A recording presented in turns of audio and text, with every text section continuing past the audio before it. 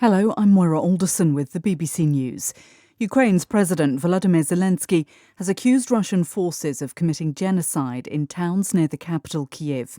He told the American television channel CBS that Moscow was attempting to eliminate an entire people and described the war as the torture of an entire nation. Mr. Zelensky said such crimes fitted the definition of genocide.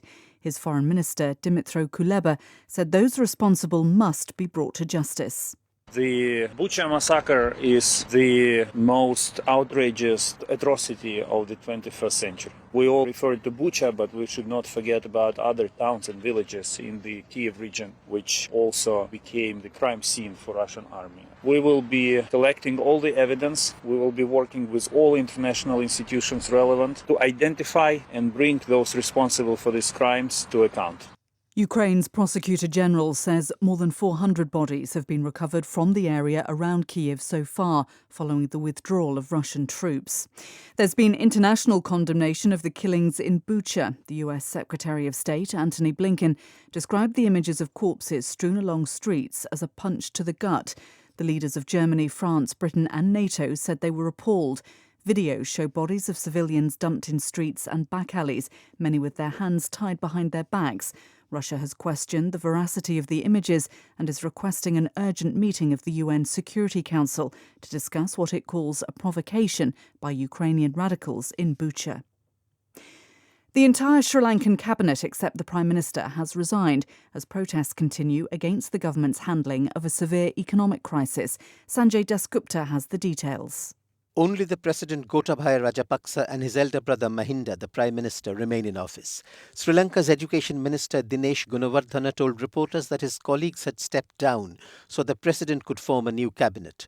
Those who quit include 3 other members of the powerful Rajapaksa family: the youngest brother Basil, the Finance Minister, the eldest Jamal, who held the agriculture portfolio, and Namal, another family member who was the Sports Minister.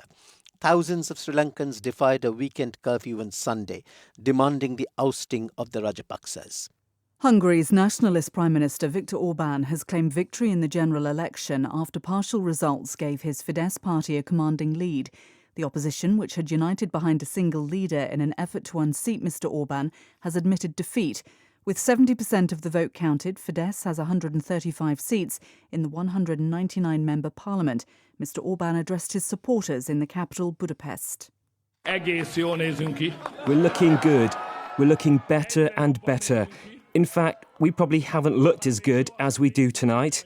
Dear friends, we have achieved a huge victory. BBC News. Pakistan's president has dissolved parliament on the advice of the Prime Minister Imran Khan, who survived an opposition move to oust him from power. President Arif Alvi's approval of Mr Khan's request means fresh elections should be held within 90 days. He's asked Mr Khan to continue until a new caretaker Prime Minister is appointed. The authorities in Ecuador say at least 12 people have died in the latest deadly riot to erupt in the country's overcrowded prison system, this time in the southern province of Azuay. Kat Wiener reports. A government minister said the violence at El Turi had been sparked by one criminal gang attempting to extend its control within the jail and being repulsed by other groups. He added that 90 prisoners had been evacuated, including 10 who were wounded. Ecuador's human rights organization said the crisis within the country's prisons, which are notoriously overcrowded and violent, was the result of years of neglect. Last year, more than 300 prisoners died in gang warfare over control within Ecuador's jails, prompting the United Nations to call in December for urgent and effective government action to, as they put it, stop further carnage. Kat Wiener reporting. American police say at least 6 people have been killed and 10 others wounded in a mass shooting in California's state capital, Sacramento. The attack took place during the early hours of Sunday morning in an area packed with bars and restaurants. No arrests have been made, and the authorities aren't sure how many people were behind the shooting. The award-winning Algerian film director Yamina Bachir Chouik has died in Algiers at the age of 68.